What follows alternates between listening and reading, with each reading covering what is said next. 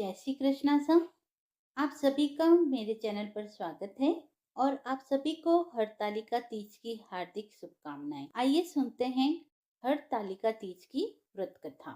सनातन धर्म में कई महत्वपूर्ण पर्व मनाए जाते हैं। इनमें से एक हरतालिका तीज का त्योहार भी है। पंचांग के अनुसार हर वर्ष भाद्रपद माह के शुक्ल पक्ष की तृतीया तिथि को हरतालिका तीज का त्योहार बेहद उत्साह के साथ मनाया जाता है। यह व्रत शिव शक्ति को समर्पित है।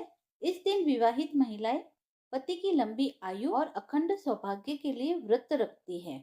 इस व्रत को करने से विवाहित महिलाओं के सुख और सौभाग्य में वृद्धि होती है। हरतालिका तीज की कथा। भगवान शिव ने कहा, हे गौरी, पर्वतराज हिमालय पर गंगा के तट पर तुमने अपनी बाल्य अवस्था में अधोमुखी होकर घोर तप किया था। इस अवधि में तुमने अन्न न खाकर केवल हवा का ही सेवन किया तथा साथ ही सूखे पत्ते चबाए। माघ की शीतलता में तुमने निरंतर जल में प्रवेश कर तप किया था। वैसाख की जला देने वाली गर्मी में पंचाग्नि से शरीर को तपाया। श्रावण की मूसलाधार वर्षा में खुले आसमान के नीचे बिना अन्न जल ग्रहण किए समय व्यतीत किया। तुम्हारी इस कष्टदायक तपस्या को देखकर तुम्हारे पिता बहुत दुखी और नाराज होते थे।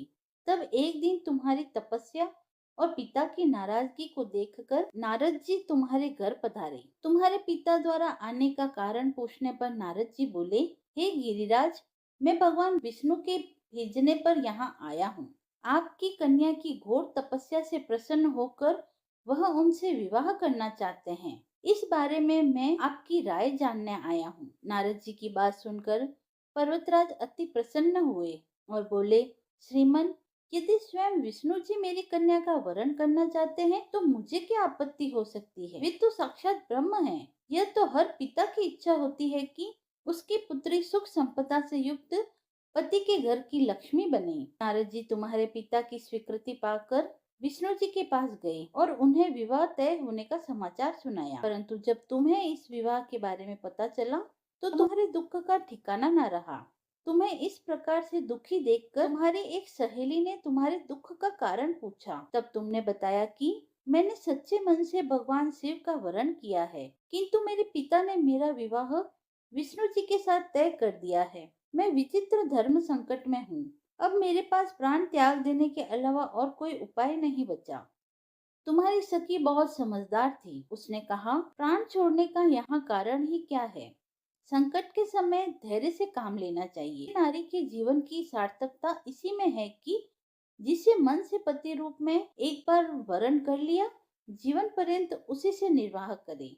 सच्ची आस्था और एक निष्ठता के समक्ष तो भगवान भी असहाय है। मैं तुम्हें घनघोर वन में ले जाती हूँ, जहाँ तुम्हारे पिता तुम्हें खोज भी नहीं पाएंगे। मुझे पूर्ण विश्वास है कि ईश्वर अवश्य ही तुम्हारी सहायता करेंगे। तुमने ऐसा ही किया। तुम्हारे पिता तुम्हें घर में न पाकर बड़े चिंतित और दुखी हुए। वह सोचने लगे कि मैंने तो विष्णु जी से अपनी पुत्री का विवाह तय कर दिया है।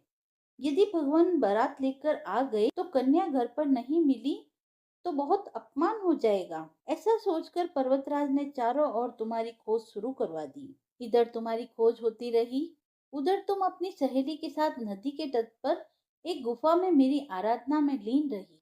भाद्रपद तृतीय शुक्ला को हस्त नक्षत्र था। उस दिन तुमने रेत के शिवलिंग का निर्माण किया। रात भर मेरी स्तुति में गीत गाकर जागरण किया। तुम्हारी इस कठोर तपस्या के प्रभाव से मेरा आसन हिल गया और मैं शीघ्र ही तुम्हारे पास पहुंचा और तुमसे वर मांगने को कहा। तब अपनी तपस्या के फलीभूत मुझे अपने समक्ष पाकर तुमने कहा, मैं आपको सच्चे मन से पति के रूप में वरण कर चुकी हूँ। यदि आप सचमुच मेरी तपस्या से प्रसन्न हो, यहाँ पधारे हैं, तो मुझे अपनी अर्धांगिनी के रूप में स्वीकार कीजिए। तब तथास्तु कहकर मैं कैलाश पर्वत पर लौट आया। प्रातः होते ही तुमने पूजा की समस्त सामग्री नदी में प्रवाहित करके अपनी सखी सहित व्रत का वरण किया। उसी समय गिरिराज अपने बंधु बांधवों के साथ तुम्हें खोजते हुए वहां पहुंचे।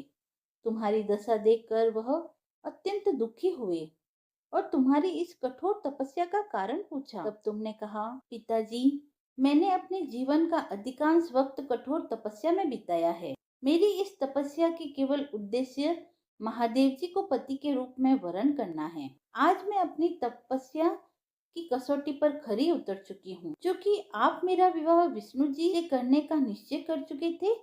इसीलिए मैं अपने आराध्य की तलाश में घर से चली आई। अब मैं आपके साथ घर इसी शर्त पर चलूंगी कि आप मेरा विवाह महादेव जी के साथ ही करेंगे। पर्वतराज ने तुम्हारी इच्छा स्वीकार कर ली और तुम्हें घर वापस ले गए। कुछ समय बाद उन्होंने पूरे विधि विधान के साथ हमारा विवाह करवाया। भगवान शंकर ने आगे कहा, हे पार्वती, भाद्रपद की शुक्ल तृतीया को तुमने मेरी आराधना करके जो व्रत किया था, उसी के परिणाम स्वरूप हम दोनों का विवाह संभव हो सका। इस व्रत का महत्व यह है कि मैं इस व्रत को पूरी निष्ठा से करने वाली प्रत्येक स्त्री को मन वांछित फल देता हूँ। भगवान शिव ने पार्वती जी से कहा कि इस व्रत को जो भी स्त्री पूर्ण श्रद्धा से करेगी, उसे तुम्हारी तरह अचल सुहाग प्राप्त होगा। और इस व्रत को हरतालिका व्रत इसलिए कहा जाता है क्योंकि पार्वती जी की सखी, जो कि उन्हें पिता और परदेश से हर कर जंगल में ले आई थी, इसे हरित अर्थात हरण करना कहा जाता है और तालिका का अर्थ होता है सखी। यही कारण है कि इस व्रत का नाम हरतालिका है। कथा समाप्त हुई। यदि आपको कथा पसंद आई हो तो आप मेरे चैनल को लाइक, शेयर एंड सब्सक्राइब करें। धन्यवाद।